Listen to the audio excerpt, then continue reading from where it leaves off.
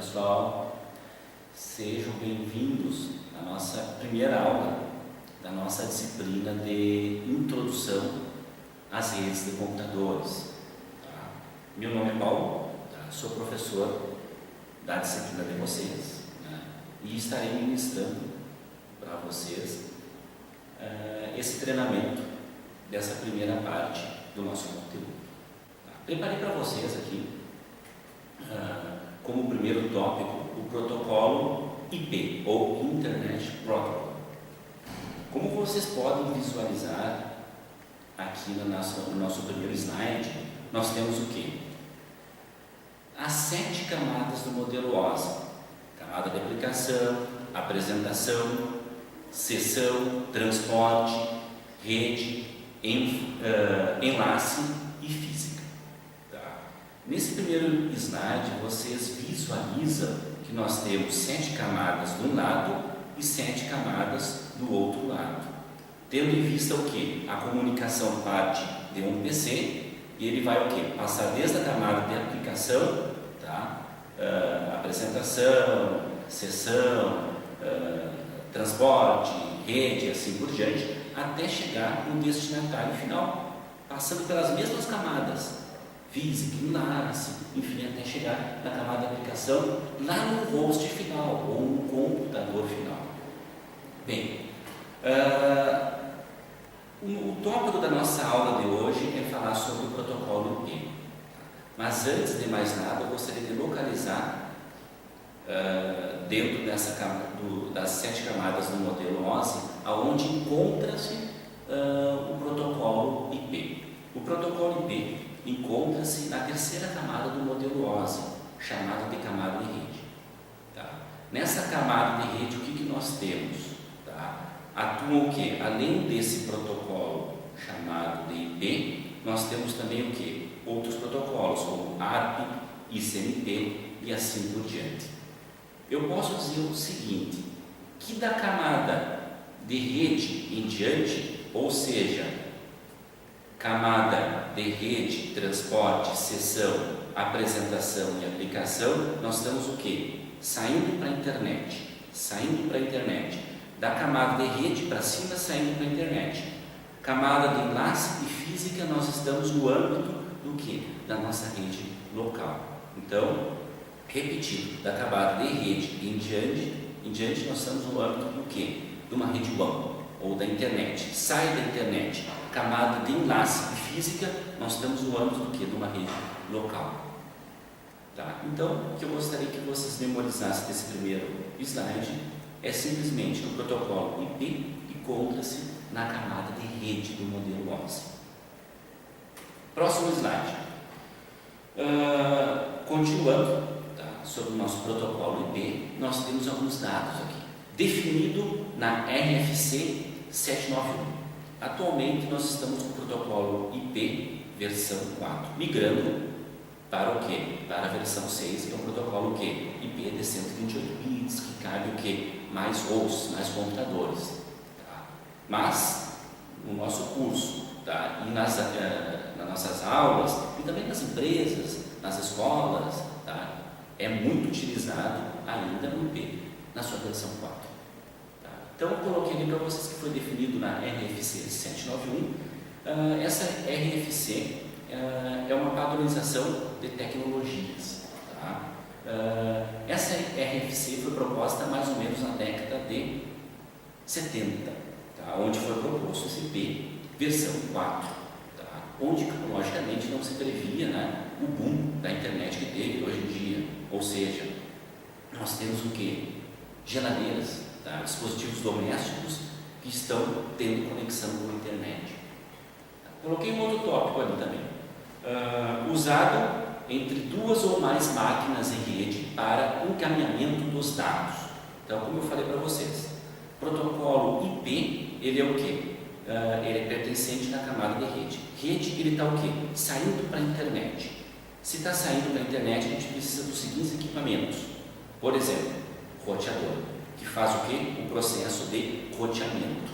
Tá? O que é o roteador? Ele vai escolher a melhor rota entre várias possíveis. Por exemplo, a rota menos congestionada, a rota com menos saltos até chegar ao seu destino e assim por diante. Então, na camada de rede nós temos que é o quê? Que é implementado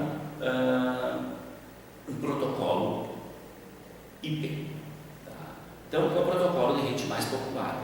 Tá? Voltando no slide anterior, nós temos o quê? Que na camada de rede a gente não tem só o protocolo IP.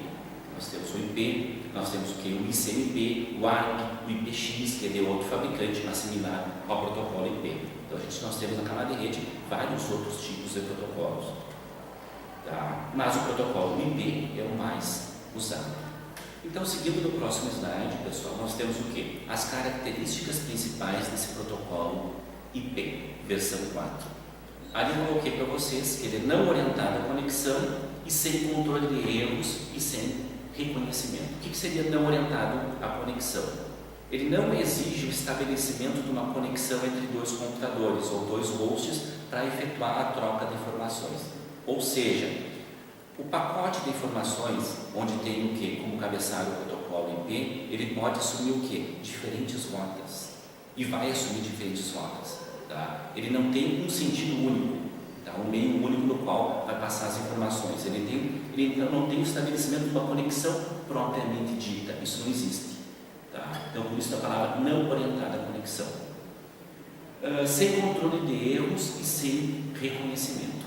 Então, protocolo IP, nós estamos o quê? Na camada de rede. Camada de rede não preocupa-se com controle de erros nem controle de fluxo. Tá? Isso é preocupação da camada de transporte, tá? Que é a camada acima da camada de rede. Então, camada de rede, no qual nós temos o protocolo IP que nós estamos falando, não preocupa-se com controle de erros. Por quê? Porque o controle de erros já é efetuado na camada de transporte que está acima dela. Então, por isso essa palavra sem controle de erros. Próximo slide. Continuando com as características. Então, não garante integridade de dados. Qual é que é a ideia de não garantir integridade de dados? Tá? Como eu falei para vocês, o processo de garantia de controle de erros ou de controle de fluxo é de responsabilidade da camada de transporte e não da camada de rede. Por isso que o IP não garante a integridade dos dados. Ele não te garante, por exemplo, que eu estou mandando uma frase, tá, de um ponto, ele vai chegar essa outra frase perfeita no outro ponto. Ele não garante isso. Tá? Não, mas, bom, professor, daí eu não entendo. Como é que ele não garante isso? Calma.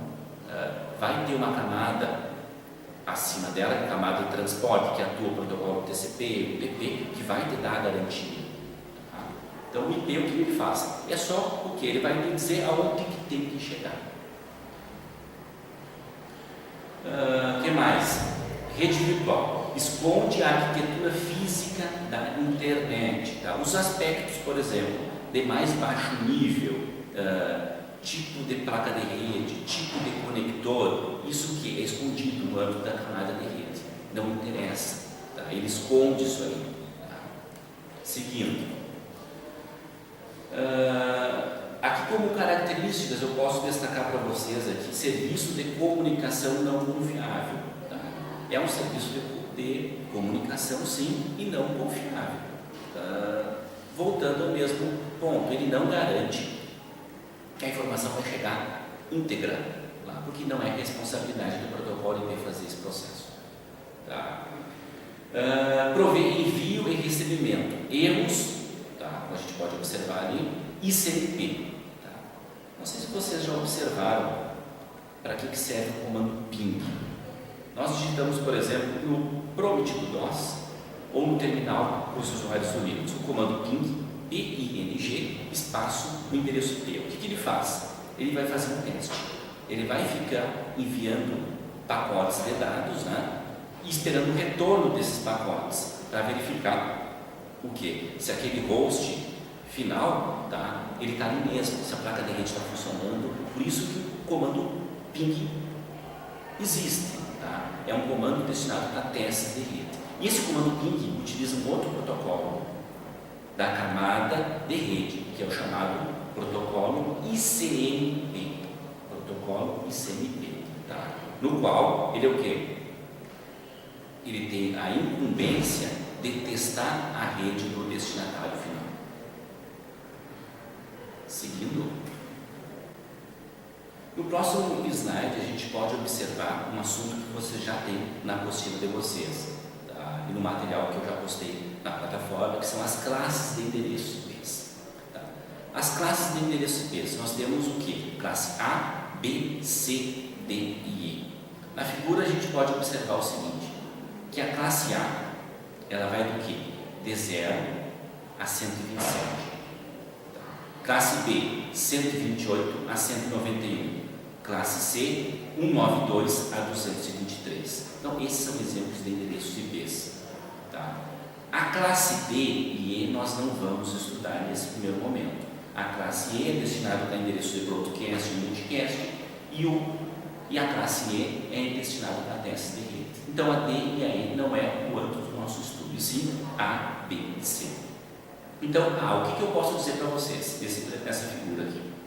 O A vai de 0 a 127, sendo que o quê? Nós temos apenas um endereço que a gente pode utilizar para configurar computadores internamente na nossa rede. Ou seja, eu posso configurar meu computador aqui com apenas um intervalo, pensando em classe A, um intervalo, que é o quê? Que é o endereço que começa com 10. Tá? Memorize, o endereço reservado de classe A é o 10.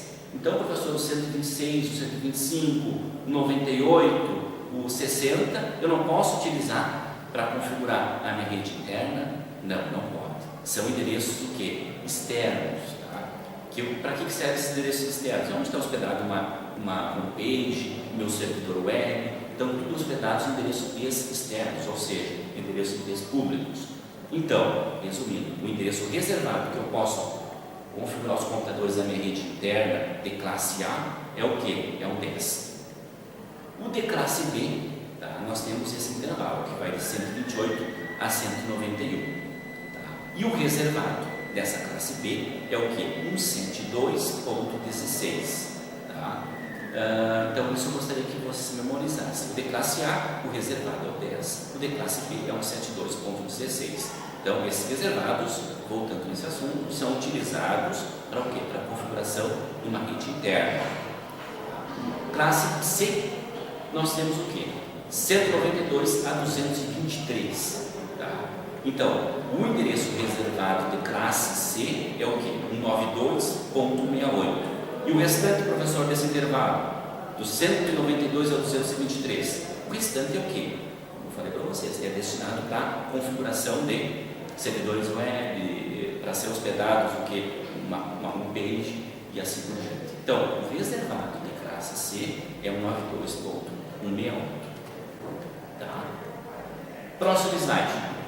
Tá? Aqui, estou colocando nesse slide para vocês um resumo, tá? Com alguns detalhes a mais do que isso que eu já falei para vocês. Aqui eu destaquei as três principais classes, A, B e C. A A, coloquei para vocês aqui o endereço reservado 10.0.0.0 de classe A. Eu sublinhei esses três últimos octetos. Vocês observem aqui que as três últimas partes estão sublinhadas. Para dizer o quê? Que essas três últimas partes são destinadas para o quê? Para o host, ou seja, para identificar um computador. Tá? O meu computador é o quê? É um host. Então, essas três últimas partes identificam o meu computador. Tá. E o que não está sublinhado, professor, da parte esquerda? Identifica a rede no qual o meu computador está presente. Tá. Esse 10 aqui, a princípio, ele não pode variar. Ele tem que ser fixo. Por quê? Porque ele é o identificador da minha rede. E esses outros zeros aqui, pessoal, esse vai variar. Classe B, 172.16.0.0. O que nós temos? É um endereço logicamente reservado de classe B. Nós temos sublinhado somente as duas últimas partes. Então a gente vai entender o seguinte, que essas duas últimas partes podem variar para identificar computadores. Para identificar computadores numa rede local. Classe C, 92.68.0.0. Sublinhei só a última parte. Então, só essa última parte aqui do 92.68 que vai variar. Só o último zero que vai variar. Por exemplo, esse meu computador vai ter a configuração 92.68.0.1. Computador do lado 92.168.0.2, computador do lado, 92.168.0.3 e assim por diante. Só vai variar a última parte. Então, como resumo desse slide, a gente pode verificar o seguinte: cada zero desses aqui equivale mais ou menos 256 computadores. Então, vocês olhem o slide. Olha a quantidade de hosts que a gente tem na classe A. Multiplique 256 vezes 256 vezes 256. É muita coisa. É muito host. Classe B, diminui um pouco. Tá? É 256 vezes 256. Nós temos só 2 zeros aqui. E na classe C, um zero somente. É só 256 que dá e sobra. Tá? Porque o quê? Pensando o seguinte, na classe C, 92.68.0.0, só o que vai variar é a última parte. Então a gente tem o quê? 256 computadores para colocar numa rede local. Dá e sobra. Tá? Então só o que vai variar é o que está sublinhado. Passando para o próximo slide. Conteúdo importante. Máscara de rede. Para que serve uma máscara de rede? Então, o computador, o que nós temos que dizer para ele, pensando em redes de computadores? Nós temos que dizer o seguinte: primeiro a gente configurou o IP, segundo a gente tem que configurar a máscara de rede. Máscara de rede, eu gosto de dar com meus alunos a seguinte estratégia: aonde tiver 255 não vai variar, e aonde tiver 0 vai variar. Então, aonde tiver 255 é rede, aonde tiver 0 é o que? É host, vai variar. Então, classe A, nós temos o que? 255.0.0.0. Então, a gente pode associar que é uma máscara de rede de classe A. Depois, classe B, 255.255.0.0. Aonde eu tenho 255, que eu tenho 2 nesse caso na classe B, é o que? É rede. É rede. E os outros zeros? É o host, que vai identificar o meu computador. Classe C, 255, 255, 255.0. Então, tenho 3 255 que vai identificar a rede. E somente um zero, que vai identificar o meu computador, que, como eu falei para vocês, é muita coisa. Ele vai variar o quê? 256. Tá. Próximo slide. Tá. Esse slide aqui, eu coloquei uma imagem do simulador PECT3. Tá?